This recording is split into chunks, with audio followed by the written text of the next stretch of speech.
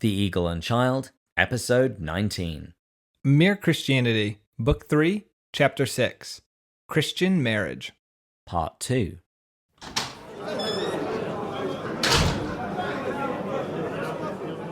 Hello, and welcome to The Eagle and Child, the hallowed pub of the Inklings. This is a podcast where each week, my friend Matt and I share a beer, and we discuss the writings of the author who is known to the world as Clive Staples Lewis, or C.S. Lewis, or just as Jack to his friends. Now, normally we just do one chapter per episode, but in the previous episode, Matt and I got a little carried away and we ended up with far more material than we normally do. So rather than just cutting it all, we decided to split it over 2 episodes. So here is the concluding part to Book 3, Chapter 6, on Christian marriage. And once again, in this chapter, Lewis is about to enter dangerous waters. He asks whether or not the Christian view of marriage should be enshrined in law, in particular in reference to divorce, and thereby imposed on the rest of society. And here's what he says. A great many people seem to think that if you are a Christian yourself, you should try to make divorce difficult for everyone. I do not think that. At least I know I should be very angry if the Mohammedans, i.e. the Muslims, tried to prevent the rest of us from drinking wine. What do you think of this, David? I can see his point. I think I'm going to push back a little bit. I can see his logic.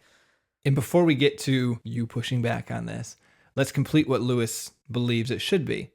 He thinks there should be a clear distinction between a civil union, or a marriage in the eyes of the state, versus a marriage of the church, a Christian marriage. And he says the distinction ought to be quite sharp, so that a man knows which couples are married in a Christian sense and which are not. All right, now you push back on this. Well, actually, before we get to that, the rather funny thing is that later in life, Lewis would actually do just this. Joy Davidman, he gave her a paper marriage because she was an American, and he married her so she could stay in the country together with her sons. And it was only later that he then married her in the eyes of God, and they actually became, in his eyes, truly man and wife. Now, his argument, part of me finds it very compelling, because by disassociating the sacrament of matrimony from the state's concept of marriage, it would seem to be protecting one from the other.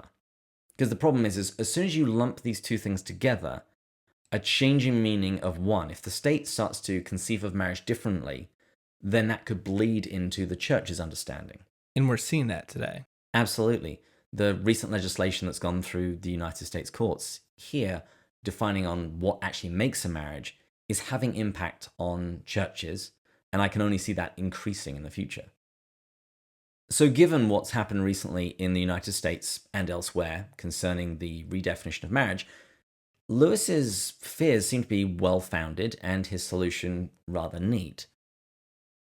Here's the bit that I'd push back on, though, and I'd actually argue using 2 principles which Lewis has actually already used throughout this book. The first being the moral law, and the second, this concept of the ideal running of the human machine. If the Christian conception of marriage is in accord with the moral law, and it lays out the path for the right running of the human machine, wouldn't you want that enshrined in law? To both support the moral law and to ensure that society functions well. Based on the way you're framing it, yes, you would. But I feel maybe the proper way to address it would be to work on changing the people's hearts, because you can put it in law. I'm thinking of his 3 moralities. The ships we can put the laws in place to make sure the ships don't hit each other. But if the rudders are broken, it's not going to matter one way or the other. And so maybe the answer is a combo of both. Let's the laws, but let's also focus on that inner character of people, getting them to actually buy into it. I completely agree it's not an either or sort of situation. However, I would then ask the question of, well, where do we get the civil idea of marriage from? Because surely that should come from the natural law. And if the natural law is in accord with the Christian conception of marriage, they are kind of one and the same.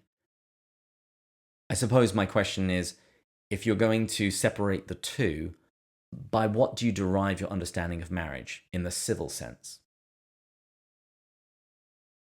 I win. Long pause. And what do you decide? I mean, as a Christian, I would agree with you. That's where we derive it from. If I'm trying to put on an atheistic hat, I would say, well, it should be derived from what is best for society. But then that begs the question, well, what is best for society? So, for example, we live in a no-fault divorce state. Is that actually good for society? Is the swift breakup of marriages a good thing for society or a bad thing? I would argue it's a bad thing. Which that actually is where I was going to go with this. As a Christian, I've always believed that every teaching from God is the most optimal teaching. Mm-hmm. I mean, I know that's not the most romantic way of putting it. It's the human machine idea. Exactly. And so you shouldn't need to invoke Christianity for why this would be a good law. We should be able to reason our way to this. Mm-hmm. Exactly what you just brought up. But then the question is, well, if we can reason our way to it, should it then become law? Yes. Problem is, it's going to probably take a while to reason people to it because, as we've already alluded to in this, feelings tend to dictate a lot of what we do. And I don't feel like I want that imposed on me. Because who likes extra restrictions? Exactly. We tend to think that if it's constraining our desires, it's not natural. Amazing how much that dictates so much of what we do. So we'll move now from one difficult subject to the final difficult subject. If we keep this podcast up and being the messengers of these difficult topics, we're going to be staying eligible bachelors for a long time. I mean, we are delivering some very unpopular ideas and lessons. I'd actually push back on that, because who wouldn't want a husband that would be willing to die for his wife? Because that's what I believe about marriage. Ladies, I will personally ensure that his phone number is in the show notes for you. Yeah, I would say the same thing for you, but you're much younger than I am, so I don't need the competition. You have the British accent. Again, this evens out. Okay, the final topic that Jack addresses is headship within marriage. Here's what he says. Christian wives promise to obey their husbands. In Christian marriage, the man is said to be the head. You've got to like this teaching, right? Because I'm the brain? Exactly. This fits perfectly. Well, this is a huge topic, and we're not going to do it justice here. And I actually don't think even Jack gives it the length of treatment that it really deserves. So we're just going to now skim through his main points. And I'm going to let you do this, the majority of this, so you can be the unpopular one on the podcast. All right, I can take that. So there are a couple of obvious objections to this. Does there really need to be a head? And if there is a head in marriage, why not the woman? I actually like that he starts this way. Essentially asking, well, let's think about the alternative. Mm-hmm. It's a fair way to approach it, a different way that I actually have never heard before. So the first question is, do we need a head at all? Can't we just have equality? And I'm just going to read his words here because he lays out the argument very clearly. It is a good one. He says, as long as the husband and wife are agreed, no question of a head need arise. And we can hope this to be the normal state of affairs within a Christian marriage. But when there is a real disagreement, what will happen? Talk it over, of course, but I'm assuming you've done that and still failed to reach an agreement. What do they do next? He says that they can't decide by voting because it's one on either side. Therefore, you've only got two options. Either they separate and go their separate ways, or else one of them has to have the casting vote. And since we've already established that marriage is permanent, one or the other must have, in the last resort, the casting vote. Another way to think about this is from a business partnership perspective. A 50-50 business partnership, well, maybe on the surface sounds like a good idea. At some point, there's going to be a decision that needs to be made that's not going to be made, and it's just not going to work long term. Anyone who's been in business knows that that's just not going to happen. You need ultimately a decision maker. Mm-hmm. One of my first girlfriends, she was an infinitely better Christian than I was. And I remember this subject came up because we dated for quite some time. And she had very traditional views on this subject. She said that if we did come into this kind of a situation where, we've talked about it, we've prayed about it, and we still can't agree, she said, I hope that I would be able to let my husband make that final casting vote. Because if he truly loved me, he would do what he truly thought was best for me. And I remember hearing this for the first time. I was a mixture of awed, terrified, impressed, more terrified. The responsibility there, that if I truly did have the casting vote, that I would want to make damn sure that I did what was in the best interest for my family and no ego got in the way. And this goes back to what we talked about earlier, that being in love can make you courageous. In hearing you describe this story, honestly, just made me want to be a better person. Seriously, I mean, you marry someone like that, and you want to do the best you can by them. Mm-hmm. And that doesn't just happen overnight. All of our choices right now, as we're single, build up to that point, to be able to make the right decision, to be able to let go of our ego, to be able to have that character and that virtue. And live out St. Paul's words in Ephesians, where he says, "Husbands, love your wives as Christ loved the church and gave himself up for her." And I made a pitch for this in the previous episode where we mentioned that passage. Bram Petrie's talk, "Wives Have to Do What?" It's a good title. Listen to it. It's a beautiful vision of marriage. So that was the first question. Do we really even need a head? So we've worked out the logic and, well, yeah, you kind of have to. But does it really have to be the guy? Why can't women have the casting vote? Jack begins by rather impertinently asking whether there's actually any serious wish for this to be the case. He says, "As far as I can see, even a woman who wants to be the head of her own house does not usually admire the same state of things she finds going on next door. I do not think that she is even very flattered if anyone mentions the fact of her own headship." And he goes on to say that wives themselves are actually half ashamed of it and despise the husbands whom they rule. And I have two things to say here, actually. One, connecting back to John Eldridge, this very last part of this sentence, despise the husbands whom they rule. He talks about that a lot, actually. The wife that controls her husband, or the word he uses actually is domesticates. There's a desire to do that, and then you fall out of love with that person because you actually liked the passionate man who was taking charge. Lewis then draws this chapter to a close by offering another possible reason for male headship. And he focuses on the fact that women are naturally fiercely protective of their husband and of their family. He sees the man offering a kind of moderating influence on this fierce natural love. And he gives the example of, if your dog bit the child next door, who would you prefer to deal with? The father or the mother? Do you really want to deal with Mama Bear? No. No. I don't think so.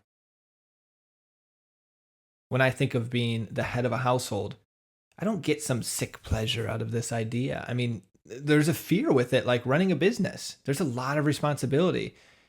And sometimes it would be nice not to have that responsibility. So I think the world's framed this the society's framed this in a light that makes it seem like, ooh, you're the commander-in-chief of your household. This is a great thing. It's a lot. That's a huge burden. It's because they see it only in terms of power, not in terms of responsibility. Yes. Or self-sacrifice. Exactly. One of the titles for the Pope, the head of the Catholic Church, is servant of the servants of God. Yes. He's at the top of the pyramid, but really he's actually also at the bottom. And I recall when Solomon's son, Rehoboam, ascends to the throne, his advisors say, "If today you would be a servant to these people, they will be your people and you will be their king." This isn't a power play. This is about who is the one who serves first, who is the one who sacrifices first. And this is why the Christians respond that by being the head of the household is the same thing as Christ was the head of the church. In Mark's gospel, it says, the Son of Man came not to be served, but to serve. So as the head, we're called to serve. So that was chapter 6. We've gone a little long, but there was so much in here, and a lot of it was of a very sensitive nature. We ask for your forgiveness for the length of this chapter. And speaking of forgiveness, we're going to be looking at that next week. How fitting. And I actually did not know that when I chose the quote of the day. I'm just throwing that out there. You were that unprepared. I forgive you. You would see it that way. I would. As usual, my outline will be in the show notes. Along with David's phone number. Along with my phone number. And I also want to include a link to a talk that I actually went to in Los Angeles at the time of publishing, it'll be a couple of weeks ago. And it was between the philosopher William Lane Craig and Bishop Robert Barron. I want to include a link for a couple of reasons. Firstly, I think it embodies everything that we're trying to do here, because they had some frank conversations about the differences between Catholic and Protestant, but that wasn't their primary focus. Their primary focus was on bringing Christianity to the world. And actually, that's the second reason I wanted to put a link in here, because the number of times they mentioned Lewis and mere Christianity. As I said, I was there. Matt was back in San Diego watching it online. And whenever C.S. Lewis was mentioned or mere Christianity, we would text each other and get all excited. Or I would text him when he was on camera. Yeah. So actually, if you don't know what David looks like and you watch this, you'll get a chance to see him. Look out for the good-looking guy in the glasses. We should put in the show notes what time you actually show up on camera. If you want to send me the timestamps, we'll do that. I don't want to do that. Please like, share, and subscribe in iTunes, Google Play, everywhere else. You can contact us on the website. Tweet us at Pints with Jack. We're also on Instagram, also at Pints with Jack. And we should say, we've had a few people comment to us on your website. Yes. Which has been awesome. I mean, we greatly appreciate it. David sent them to me through email, and they were some long comments. And I enjoyed reading every bit of it. So what we might do in an episode or two is have a mailbag episode, and we'll talk through some of the responses that we've had. Yeah, we'll save that for one of the weeks when we're too lazy to actually prepare for the episode. I like it. Yeah. All right. Until next time, further up. And further in. Cheers. Cheers.